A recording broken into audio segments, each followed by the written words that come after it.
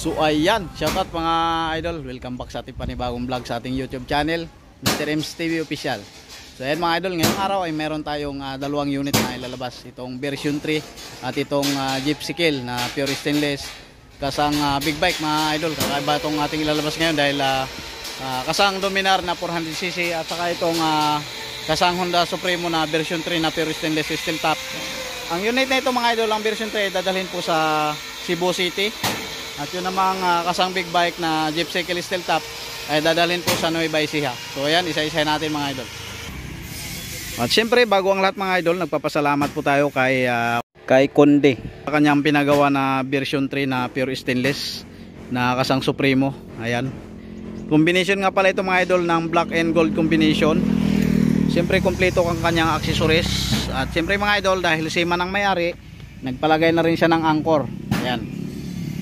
Yan, maraming salamat po kay Idol Konde. Mayroon siyang double belt, dalawang antina.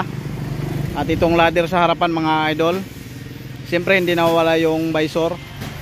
At yung carrier mga idol. Ayan. Pure stainless nga pala ito mga idol na steel top. At siyempre mga idol, mayroon siyang kisame. Yan. Bali gold and red combination yung kanyang kisame mga idol. Bali ito yung kanyang upuan sa harapan. Ayan. At ito naman ang kanyang sidings. Ayan mga idol. Siyempre mga idol, yung carrier nilagyan din natin ng ladder. Ayan. With ladder po siya. Ayan. Ang pagkaganda mga idol. So dito naman tayo sa kanyang likuran. Ayan. Same po sila halos mga idol ng Gypsy Kill ng design. Ayan. Halos isa lang. So siyempre meron siyang mudguard na pula. May sticker din at yung kanyang pintuan. Ayan. Meron din siyang sticker mga idol na nilagay yung idol natin. Harapan yung kanyang upuan. Yan, kulay gold yung kulay mga idol na nakalagay. Kasang Supremo siya mga idol. At siyempre mga idol, nilagyan din po pala natin ito ng sandalan dito. Yan. TMX Honda na 150 mga idol. Siyempre meron siyang side mirror dahil napakalaga niyan mga idol. At siyempre kisame ulit dito sa ating driver side. So ayan. At siyempre dito na tayo mga idol sa ating kakaibang ilalabas din ngayon. Ito yung kasang Dominar na 400cc na Kawasaki. Yan, siyempre nagpapasalamat tayo sa nag-assist niyan sa atin na pagbili natin kay Sir Eric. Yan sa Parian sa may Weltic. Yan, maraming salamat po kay Sir Eric sa nag-assist sa atin. At siyempre pinapasalamatan natin lalo ang nagpagawa nito sa atin na taga Nueva Ecija. Yan, maraming salamat po kay Idol. Yan. Full setup na po ito mga idol with accessories at siyempre nakamags na po yan. Yan, pure stainless steel top.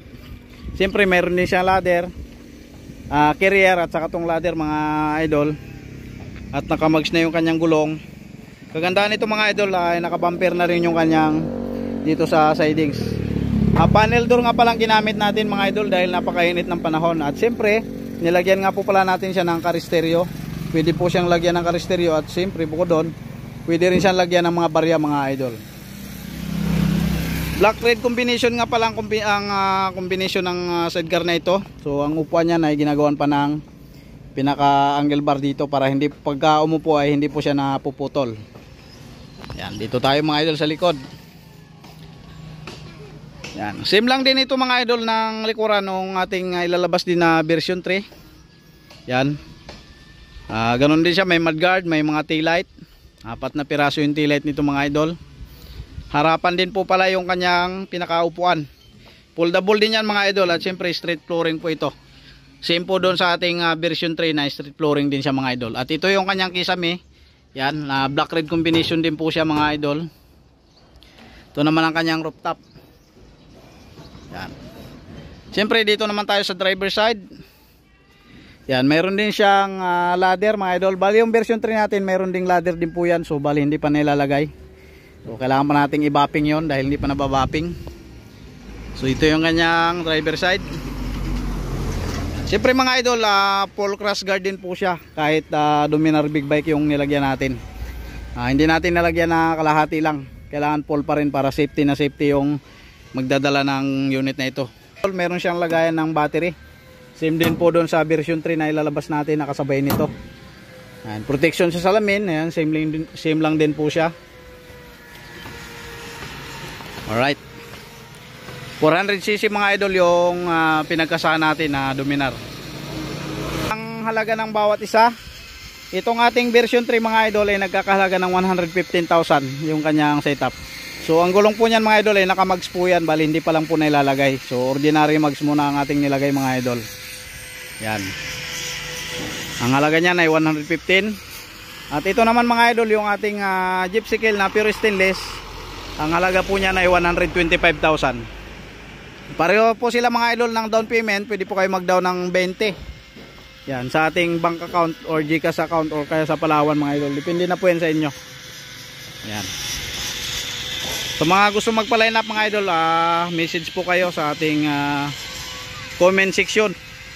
Or kaya pwede nyo kaming kontakin sa ating Facebook account, Merlo Chavez Mahinay. At mga idol, at God bless po sa inyong lahat, sa inyong patuloy na panonood.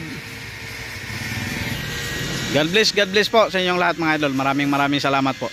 Siyempre mga idol, huwag nyo pong kalimutan na i-subscribe yung ating YouTube channel, Mr. M's TV Official. Magandang umaga sa inyong lahat mga idol. God bless po.